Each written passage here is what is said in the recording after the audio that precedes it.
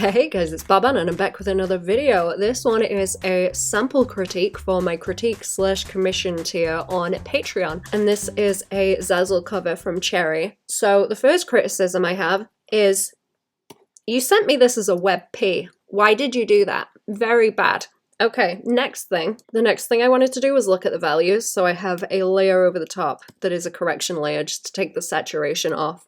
And I think that Bermuda at the top here, on top of the clam, is blending in a little bit with everyone else in the back, and kind of so is the logo. This star really does not stand out very much. So I did a few little edits like this to the values. So what I thought would look cool on this is to bring some of those shadows down, especially around Bermuda in the middle, bring a little bit more light around Alice's head in the clamshell so that it's dark, and then there's sort of a halo of light around her head so that it centers around there. Everyone else in the back who is sort of faded out, I tried to make more faded out into the background and to make this dark blue of the water in the back darker. And I thought it would be cool because you have all those rays of light, but you're not really using them past them being very, very far in the background. But I thought it'd be cool if you could exaggerate those a bit. So I brought them all the way down here. I've exaggerated the shadow and lighten down here a little bit. And then I got to thinking, if you played with the proportions a bit more, so this is all very front on and flat, there's not a lot of warping going on. You have Bermuda at the top who you're trying to make look imposing over the clamshell and Alice and everyone else. But because it's front on, that's not really carrying as much, so I'm gonna do a quick edit of my idea. I thought it would also be cool if you had this logo a bit bigger, so I'm gonna edit that slightly and resize it like this, because as I'm looking at this here, you've got kind of a triangle shape where it's very skinny at the top, and then it comes downwards like this, and that is making it look a lot less imposing, like I said, with Bermuda there. She really looming and creepy, or she's not taking up a lot of the frame that she's in. She doesn't have a lot of real estate on the page, so she doesn't seem as important as maybe everyone else, and you could probably also make Alice look smaller in the frame, like literally take up less space on the page. But my idea, when I did a quick kind of doodle over the top of this, was that you could probably have the text a bit larger at the top, like so. You could have everyone else kind of fade in. You could probably still work that into the glow of the water and where you've got those rays of light coming through. And now that we've got that logo wider at the top, like I mentioned, we've got this kind of triangle set up already with the way that you've composed this. I think if you start off with that large logo and then have things taper in this kind of direction, there is something that you can do with lighting where, say you have the image like this, and you do have light at the top on this one, so I'm thinking about this in terms of the size of the shapes rather than the values, but this example is in values. So when you have an image where it is darker at the top and lighter as it goes towards the bottom, that gives it more of an oppressive feel, because it's almost like you associate it with kind of a dark sky, like gloomy, cloudy sky. And that sort of visual weight of the heavy, darker colours is coming down on the top. And that is something I think about a lot. But like I say, if you apply that to the shapes in this one, I think it could be really cool. I think it could be really cool to take advantage of that shape and bring things into more of a perspective by overlapping them. So underneath, without that, you don't really have a lot of overlap going on. Everyone is quite separated from each other, and that's not allowing you to really play with the perspective very much either, because everything is flat. So to do something with that and explore what I already mentioned would be to have something like that large text at the top, maybe Bermuda larger here at the top with her fins and things, and have her hand that she has where it's kind of grabby here, maybe overlapping with the text. And I know you have a little hint of the motions here with that curve in the hand, mimicking the clam. So it would probably be cool to add the other one in further down. So I might add her in like this, have the other hand further down here, and then we could always have Alice a little bit smaller within that clamshell shape down here. That is my thought. And then you get to play around with this inverted triangle shape. And then Tiny Alice in the clamshell down here, and then everything comes down and converges and points you in this direction to where Alice is. I would also probably shrink Franny in the background and Wobbegong, maybe even a little bit more than that. I would have them be sort of more, you know, following that angle to exaggerate that. So this is kind of a whole convergence of shapes to exaggerate the concept that you already have going on, but to really show off the mood that you're trying to set and indicate, you know, what people are in store for when they go and start reading this. And maybe wouldn't even have Bemeda holding onto that clamshell too closely. I would probably have something like that where these, you know, the fingies are just kind of around it so that we can see the idea of what's going on, and then you could do something cool with the values to really show up that most of the focus is here, sort of like what I did with that initial edit that I showed you here, so that Bemeda and around her face and everything is the place where you have the highest contrast, and then you also have that around Alice's face down there. So that is the advice that I would give, is to try out some cool, I suppose, looser stuff like this, where it doesn't need to be exactly representative with the scale of both of them, where you can see it almost like it's a set and they exist in the same perspective, so they're not out of whack with each other. But you can do something crazy like this where it's more symbolic and you can play with the scale, and you can see how that's allowed me to do something different with the composition. What I would maybe do as well, actually, is to make that text even bigger, just to really show it up, and that's going to make it more readable behind her hand as well, I think. But I think something like that would look cool. That's just my immediate thoughts looking at it and understanding the overall idea and mood that you're trying to go for with it. Her eyes look a bit silly. Let's fix those. So, you know, something like this. I think these in the back are fine. I think that looks good. You could probably throw them around a little bit more and play with that scale again as well. And going back through the layers and taking the duplicates off, I actually like the way the colors go, and I think you've done really well with what I was talking about with washing those values out into the background. You've done that with Wobbegong and Franny here, but you've done that with that blue color to bring them into the background, and that does help them stand out a lot. And also because Bemeda has that bright red hair, kind of red pink, that really stands out, and also all the pearls here help to bring them forward. I will say the pearls have a little bit of a heavy line around them compared to everything else because they're further back than Bemeda and her lines are kind of skinny, but I do like the way you are going with these colours. I think it's more so just the values, and that layout was the main thing that I noticed on these. So, some notes on the anatomy that you're doing here as well. I'm noticing that the hips you're drawing are mostly just one motion like that, and I don't think that quite works for how much detail you're putting in everywhere else in the body. Like, I can see you want to put in more detail there, but you're getting a bit better at the hips because you're starting to figure out where this little crease goes here.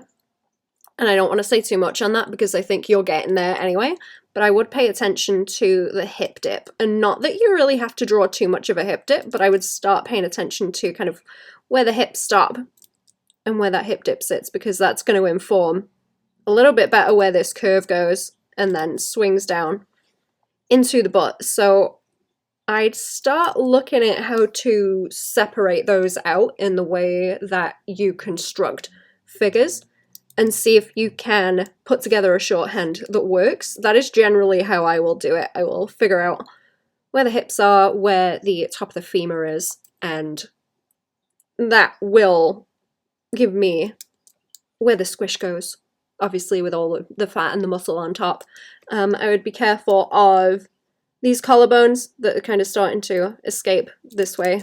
They should maybe be a little bit softer and less pointy, and also of the way that you have this collar wrapping around the neck here. You're doing a lot better at wrapping clothing around forms, like around Bermuda's butt. It's looking a lot better, this curve around here, and also what you have going on around the boobs. I think you're also doing pretty good with chunkier faces, like on Wobbegong, where it's giving you more planes to put down, and it's helping you to keep things symmetrical. I would maybe do stuff where you have a midline like this, instead of just doing it on the construction like this, where you'll do kind of that for a face and then go in like at the nose onto the top. Maybe start pulling that midline down into the sketch and onto the nose so that you can figure out where that goes. Maybe even over the top of the lips like that as well, so you can figure out how that midline carries around the planes, because I'm starting to notice on the human faces that things kind of deviate slightly. So if I draw this midline down here, it starts to look like that mouth is sitting on it, so it's drifting this way a bit, and you don't have as much volume with the lips coming out, where they should probably have a bit more out like this. So if you were to put midlines in like that, it might be a bit easier to place them and just kind of, you know, pull it out with the form as you go around like this. I'm noticing it slightly on the noses too, but not quite so bad. I think it's kind of a correction thing that you're doing subconsciously, where you've got the side of the face drawn in like this, and you're kind of worried about the lips getting too close to the side of the face, because that's going to make it more difficult to draw. Because like I went over earlier, you don't have a lot of overlapping going on here. It's all very minimal. Like you have Bermuda's hand and fins over them in the background, but you don't really have a lot of, oh, you missed a little bit of, oh look, you missed Wobbegong in the side. I feel like his arm should be filled in there. Did you miss that? There you go, there's one. Back from the tangent, I'm noticing that all the faces you draw, there is a line around the face so you can see the side of it, and then nothing like the nose or the lips overlap. So you don't have any where you have a little bit of the nose, any angles where you have a little bit of the nose at the side like this, and you might see a little bit of the lips overlapping with that silhouette. So I think trying to look into angles like that and learn about them, you might also have some kind of eye overlap, like that sort of thing. I would start looking into that, and that should help get you a better idea of something where you would have a more obviously, I suppose, defined midline like this, where you're going to have those angles more extreme, because it's that awkward in-between angle between having that flat-edged silhouette, like on Bermuda, and having a profile face. So I know you can do profiles, and I know you can do this front-facing, very slightly tilted to the side angle. You should start doing this, where it's going to disturb that silhouette that you have. So you're going to have these little bits that poke out. And I bet you're scared of that. I can tell that you're scared of that. That is the next thing you need to do. If you're scared of it, and you think it's going to be awkward and difficult, you need to run towards that. So that would be what I would tell you to go towards in this next direction. I think I've mentioned this before also, but I do notice that the rib cages that you draw, so I can kind of see where it's sitting there, and then the hips are very close together, and there's not a whole lot of movement in between. So if you have them bend a little bit too much, just imagine the spine is here. So if we move that slightly, the kind of curve that that's going to follow, it's going to bump into where the hips are in a way that it shouldn't. You should be able to have that range of movement, but I would just keep an eye on that because it is something that I am noticing. I will leave those notes on there, I won't erase them. Like I mentioned earlier, the line art consistency, maybe, because now that I'm zooming in, I'm noticing that actually the edge of the clamshell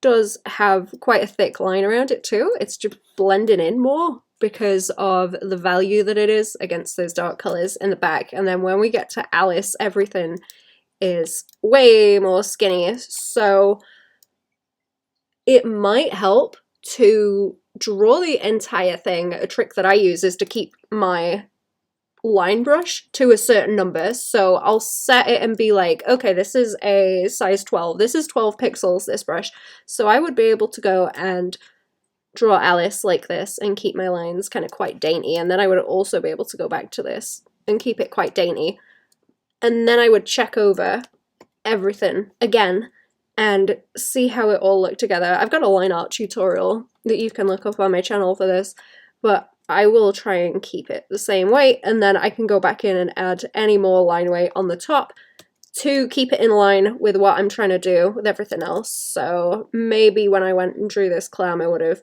made those lines a bit heavier like this, perhaps towards the edges as it gets a little bit more shaded that way. And then looking at that in comparison to Alice, those lines are kind of skinny, so I could go in and, you know, add more weight in and keep it in line with everything else. That would be another suggestion I would make, is to set a brush size at the start, go over it once, assess what you've done, see how it all works together in the entire sheet, because you want to be able to, as I was talking about with the values, the line art is also a darker value that is going to stand out and draw more attention. So you see in comic books, for example, where in certain styles they will use a heavier line around the things that are closer towards the camera. So you need to be careful of that, because having these different line weights on different layers or set pieces, I would say. So imagine if this was a stage play and they had these different pieces put together, and Alice was one also. You have a real chunky line around this thing that's further back, and then you have a chunky line around this thing that's coming further forward, but it's skinnier than the one in the back. And then on Alice, it's really, really thin and tapered, and also on Bemeda here. A good example in terms of this might be, if I turn that layer off, you use that blue to soften out Franny and Wobbegong in the background, so that you have that atmospheric perspective of them being kind of ghostly and disappearing further back into the image, so they're not the main focus. You want to think about the lines and the line weight the same way as you're thinking about that, because you clearly get the concept of it. It's just applying it to other things and other parts of the process where it doesn't seem like an immediate relation, but you're trying to achieve the same goal with it.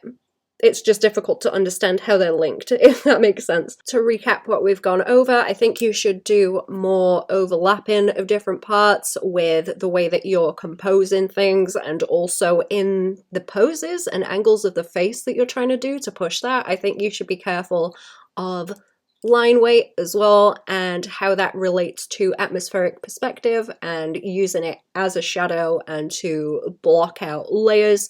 To be careful of proportions compositionally and to play with that more. To think about values and also how different parts of the process relate to others, even though they don't seem connected. Thinking about what goal you're working towards with each part of the process, and even though it's a different aspect of the process and maybe seems like a completely different medium between lines and colours, how are you getting the same effect that you're using in the colours into the lines? Do those relate to each other? Can you find any other relations like that where it doesn't seem immediately obvious? I hope that helped. If this helped anyone else, give me a like, share if you think it'll help someone else. You can get these on the Patreon. You get either a commission or a 20-minute critique every month when you join the critique/commission tier. Yeah, thanks for watching. Goodbye!